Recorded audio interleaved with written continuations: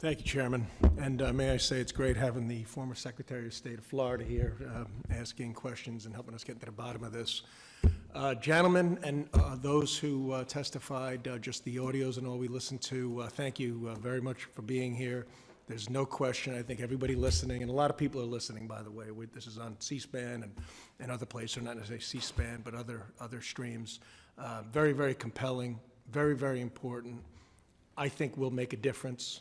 Right? It certainly needs to, and certainly won't change November 8th, 2022, but if this isn't being heard, the level of frustration, the level of honesty, the level of accuracy, the level of firsthand information as to what's occurred, and the general sense and feel from each of you. I mean, we got Ross Township, we got Duryea, and Mr. Herring, where are you from? Actually, I'm from Duryea, Sweet Valley, Mr. Walsh. You're from Sweet Valley, okay, so part of my district, some in District 8, so great. By the way, Mr. Herring, thank you for your service. Thank you, I appreciate that. We honor you, thank you. So, look, why this gets in everybody's head so bad, I mean, it's kind of like if fuel wasn't delivered to the Indy 500 on the day of the race. It's like if the Super Bowl, no footballs were brought, right? Did you use that one before, Mr. Fitzgerald? Yeah, we used that analogy earlier today. No paper for the voting machines, right? So it's just incredulous that could occur.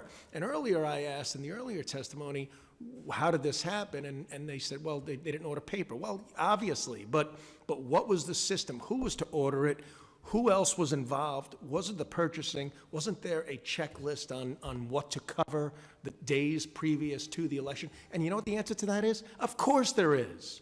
And that's why no other county perhaps in the country, let alone Pennsylvania, experienced anywhere near the type of problems that we did in Luzerne County. So we do demand accountability, we do demand some responsibility, and we've got to have a clear picture as to what's being done to correct this problem moving forward, whatever it might be. It could be very simple, but at least the chain of decision-making so this doesn't occur.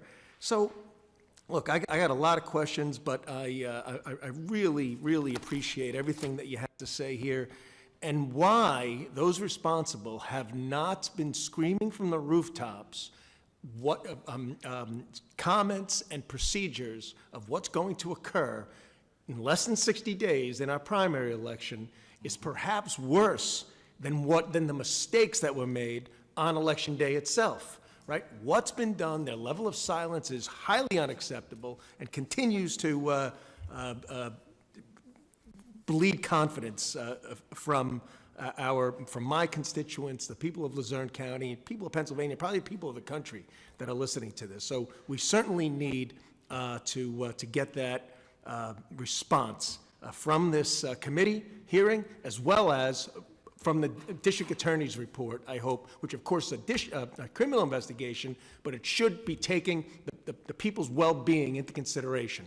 Go ahead, Mr. Herring, you have something to add? Yeah, I'm sorry, just to add real quick, not only did we ask questions at these public meetings, but we also followed our process, which was doing the right-to-know laws Mr. Fitzgerald talked about.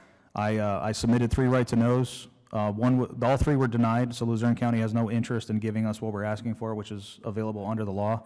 Not only did they deny, the state ruled on my behalf. I was granted my appeal, and then they actually took it to the Court of Common Pleas. So I have an upcoming court hearing just to get right-to-know requests through the county. So I just want you to know this is what we're dealing with.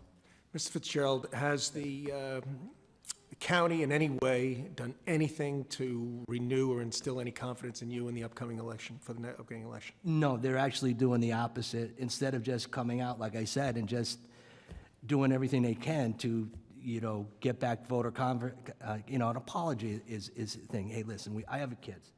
And we all, I've done a lot of things that we all have.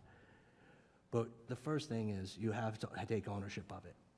You have to apologize. And then you have to reconcile that. And they haven't even apologized. Right. So you can't reconcile something until you at least admit you did something wrong. Look in the mirror, say, I messed up. How do we fix it? Mr. Walsh, last word. Any further comments to instill confidence in you or your thoughts? I just think we have to figure out the root of the problem. You can't fix this going forward.